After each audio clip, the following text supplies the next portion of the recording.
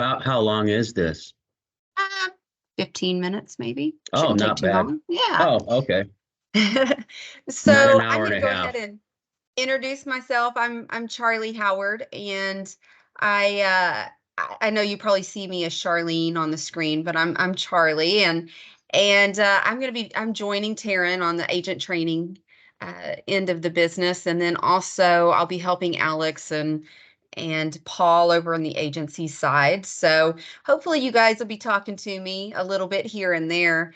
And I'll share my information at the end of the training so that you can contact me if you ever need me. Okay. So I've been in insurance for about 12 years, and I think probably the first piece of advice I ever received was this: go for the no. And of course, starting out, had no clue why they would want me to get a bunch of no's, right? You want yeses. But I think that it helps so much in our confidence level whenever we're reaching for those no's and we do get a yes.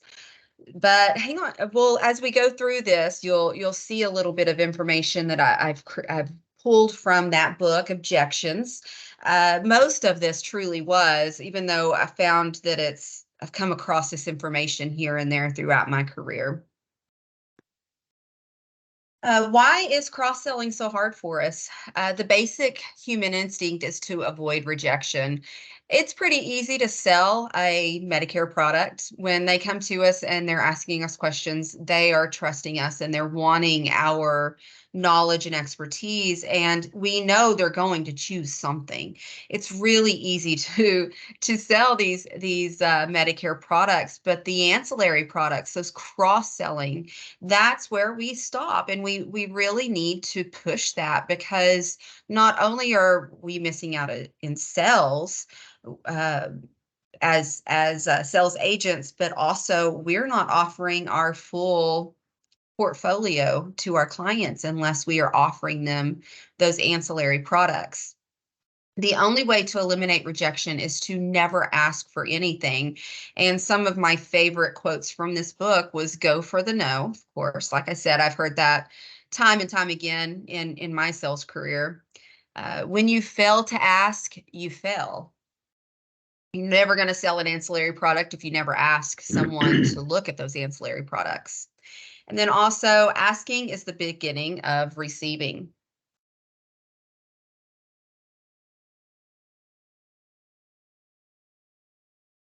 How to ask. When you're asking for what you want, confidence is your key factor. You must develop techniques for building and demonstrating confidence and enthusiasm, even when you may feel the opposite. Some of the ways that we can demonstrate confidence is to manage your nonverbal communication. We're going to go into these a little deeper here in a second. You're going to portray confident messaging, assume the yes, and be aware of your emotions. They are affecting your productivity. I know that we say go for the no, but you're going to assume they're going to say yes, and we'll talk about that here in a second. When you speak to a prospect, do not, these things are things that demonstrate insecurity and a lack of confidence. You do not want to speak with a high-pitched voice. You do not want to speak too fast. It makes you sound untrustworthy, like you're trying to pass on information, get it past them so that they won't notice. And this is probably what I struggle with the most. I think I'm just naturally a fast talker, and I have to slow myself down when I'm speaking to a client. You don't want to use filter words, so as it's habit, we all do it. But our best chances at getting those sales are to be very confident in the way we speak and not to use those words. Do not avoid eye contact. Nothing says I can't be trusted like poor eye contact. Don't touch your face or your hair. It's a clear sign of nervousness. Don't hunch or cross your arms. And do not use a weak, limp, sweaty palm handshake. To demonstrate confidence, we want to speak with normal inflection and a deeper pitch. We want to speak at a relaxed pace with appropriate pauses. We want to use speech that gets right to the point. We want to make direct eye contact with that client. Leave your hands at your side or in front of you as you speak. It feels a bit uncomfortable because it's not natural, but it portrays confidence and it makes you look powerful. Straighten your posture, chin up, shoulders straight and back, and use a firm, confident handshake. Some of the things that you do not want to say is, "Hi, I'm just checking in," or "I was just wondering if you've had a chance to look at this yet," or "I just wanted to reach out and see." You don't want to tell them you have your whole day open or that your calendar's clear. You don't want to say, "How does that sound?" or "How do you feel about this so far?" Some of the things that you can replace those with are, "The reason I'm calling is because I would like to know what your opinion was on the information I sent you." Assume that they're right there with you. "Tell me what, how, when, where." So you could say, "Tell me what you need from me." "The purpose for my call today is to set up an appointment for next week. I have an opening at 11 o'clock on Tuesday or 6 o'clock on Thursday." I always give them two options if I have two options available, but not more than that. You don't want them to know that you have a clear calendar. Why don't we get that started? Based on everything you've told me about your situation, I think it makes most sense to go ahead and look at Medicare Advantage or look at supplement. I spend a lot of time getting to know my clients at the beginning of my calls and what they're looking for, what their financial situation is, what their experience is. And then from there, I use that information and I use this line right there. "Based on everything you've told me about your situation, I think it makes most sense to send you a copy of two different types of products and let you look at them and to make your decision. I need your signature on the application just to get it started for you. I just need your signature on the application to get it started for you." Assume that you have a yes from them, and you will most likely get that yes. Next, yes, no's, or maybes. It's very clear cut from the beginning of most conversations where your conversation is going to lead. If someone says, "Hey, I need a Medicare Advantage. I've been looking at product X from company Z," then you can easily make that assumption that it's already sold. You don't have to do much. Those are the easy ones. They are the easy sells. You had great timing or competent presentation, or maybe a combination of both. It's always fun when they call you and they already know what they want and you don't really even have to present anything. Those are my fun ones. Uh, but if they say something like, "My budget doesn't allow for that right now," or "I've already found a policy that works for me," cut your losses and move on. You're not selling anything to them. But uh, if they use conditioned responses, and we'll go over some of those here in a minute, these are the prospects that are still talking after the presentation, even if they're asking questions or voicing objections. As long as they're voicing objections, they're asking you to overcome them. Turn your maybes into yeses by listening, reacting professionally and confidently.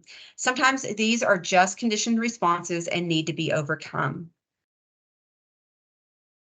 There is no silver bullet to overcoming objections. Never argue with your prospect. The more you push, the more they'll dig in their heels. Don't react immediately. Give your brain a few seconds. The few seconds that it takes to gain control of your natural emotion. The first thing I want to do is react and jump on what they said. Give them a, "No, that's not true," or "Not in my experience." But that's not always the way to handle rejections or objections. You want to react with one of these in the meantime. "That's interesting. Can you tell me why that's important to you? Would you help me understand why you're objected to this, why you're objecting to this?" Or, "That's exactly why I called. I have something different." It sounds like you've been through this before. And listen, we all have those. We all have those clients where they have had a bad agent in the past, someone who did not take the time to instruct them, guide them, lead them.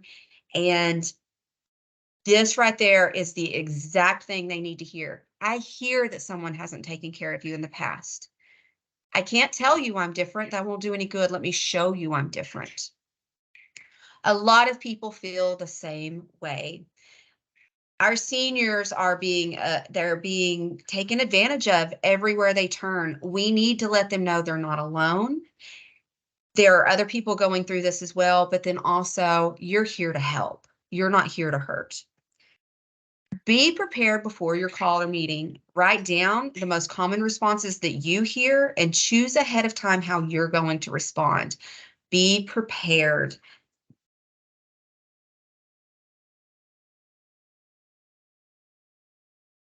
Common objections and overcoming them. I already have an agent. One of the things that I love to hear is that someone already has an agent. If their agent is taking great care of them, why did they call me to begin with? Or why are they in front of me to begin with? Why didn't they go to their agent? So here's some ways to use that. Tell me, what do you like most about your agent? You're going to get a couple of positives and then people are going to go negative. They're going to tell you exactly why they didn't go to them for this meeting. When the prospect's just negative, they open up that possibility of change. Use that. I need to speak to my husband or wife before making a decision.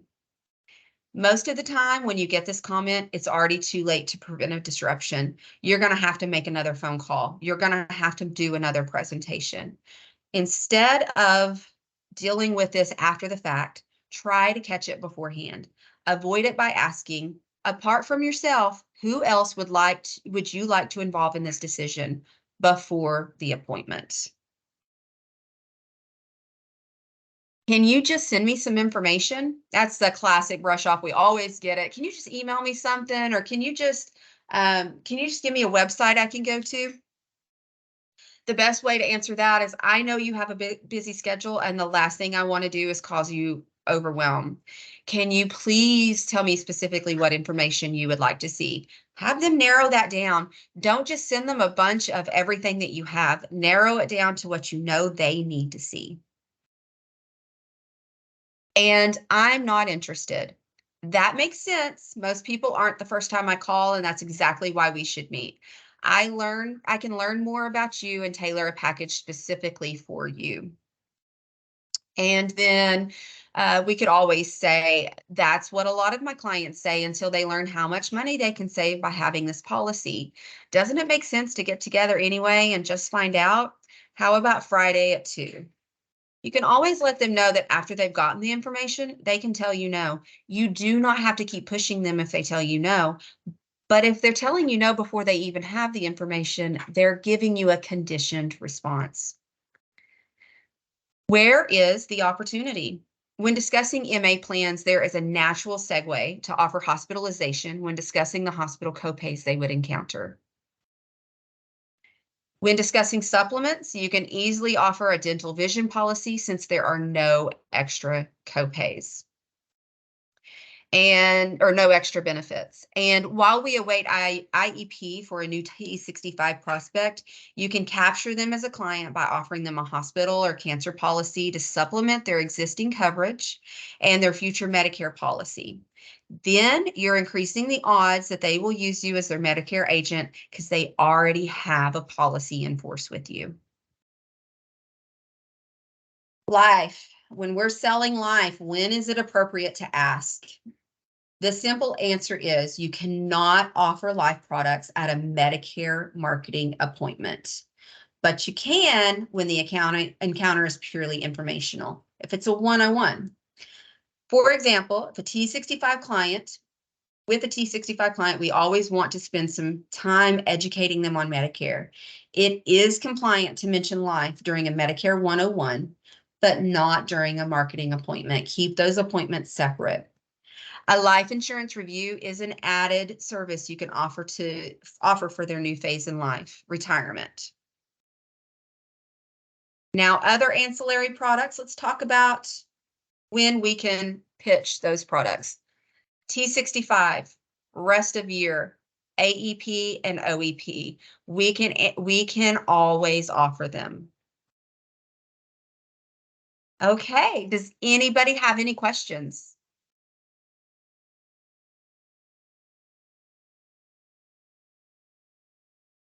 I don't have any, thank you. Sure, no problem. So if you will take my information, you can give me a call, a text, or shoot me an email anytime you need to speak with someone. I am going to be helping you out on the agent side. So if something comes up and you need some assistance in processing it or getting around it, let me know. I'm happy to help. And like I said, you can call or text that number right there. That's my cell phone number. And then that is also my email address.